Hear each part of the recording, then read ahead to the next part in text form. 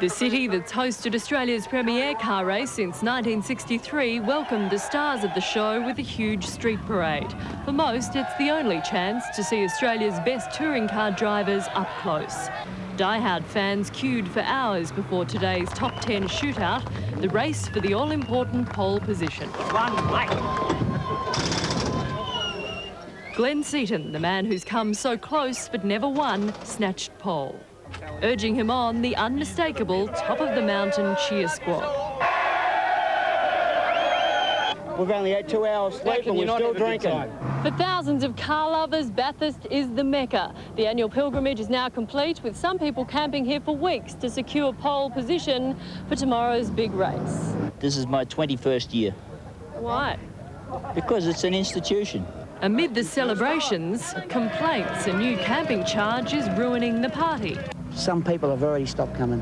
But even with tomorrow's forecast for rain, organisers still expect the crowd to top last year's total of 43,000. Natalie Barr, 7 Nightly News. And they may not be as up-to-date as the...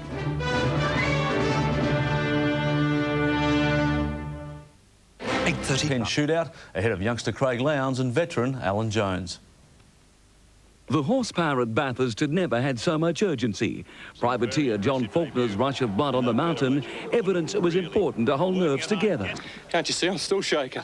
Faulkner will start 6th. Alan Jones will begin from 3, while Larry Perkins 7th, responsible for giving TV viewers a magnificent ride. Tony Longhurst grabbed 8th. Dick Johnson disappointed. A hairy ride, he'll round out the top 10. Almost lost it there too. Stops. Wayne Gardner's Commodore scampered over the skyline, but maybe the former world motorcycle champion felt better on 2 wheels. Mark Scaife 9th, Peter Brock's gear trouble relegating him to 4th. Craig Lowndes shot across Panorama, grabbing the lead with only arch-rival Glenn Seaton left. Seaton focus surged into his flying lap, his face grimacing as the Falcon driver forward past Lowndes. The final turn to end the AMP Top 10 Shootout for 1996. Glenn Seaton takes the flag.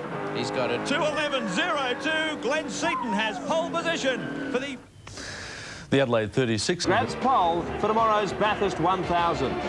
For Bathurst, first it was Ford, then Holden. But today, Ford's Glenn Seaton had the last word on the mountain, edging Holden's Craig Lowndes in the top 10 shootout.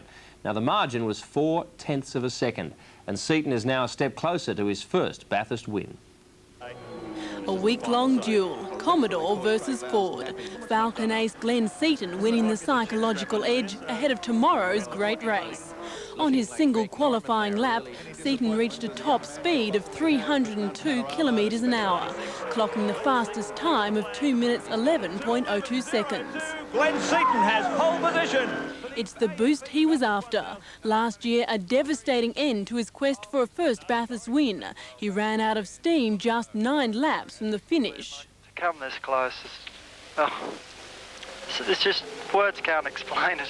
Heartache too for Seaton's father, who won Bathurst in 1965. Now Seaton is in prime position to win in 96. Just hope tomorrow we can go that extra 9 laps and be on the podium at the end of the day. Holden young gun Craig Lowndes qualified second, 0.4 of a second slower than Seaton. On the second row, Alan Jones was today's big improver, jumping from 9th to 3rd. King of the mountain Peter Brock will start 4th. So far so good, but everybody knows what happened last year. We'd love to finish the race, finish the year on a high and move on for better things. I was suffering a bit from understeer, which I've been fighting a bit with these harder compound tyres, but I'm pretty satisfied. It all feels good. We've had a absolutely on schedule, week of practice, whatever. Russell's doing a real good job. We've never lapped so quick on full tanks of gas. We haven't got pole, but that's not the end of the world. Tamara Vildali is in a league of her own, literally. More often than not, she's the only female competing in the Super Tourers. I like it, and I think it is I'm very proud when I'm in front of all these men.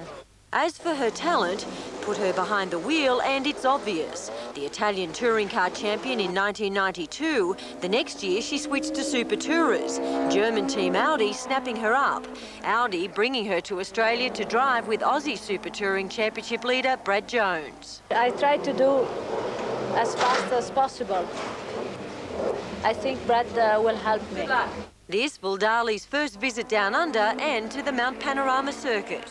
I like it because it is very fast and you must be very careful because a little mistake may be a problem. Outside the belt, something else has gone wrong with the power steer. The 30-year-old Italian taking this in her stride. Despite her inexperience at Bathurst, she's outgunned some veterans, mere seconds behind the likes of Baird and Brabham. I think every driver tries to win in every race. I want to do the best I can do. There were two battles in the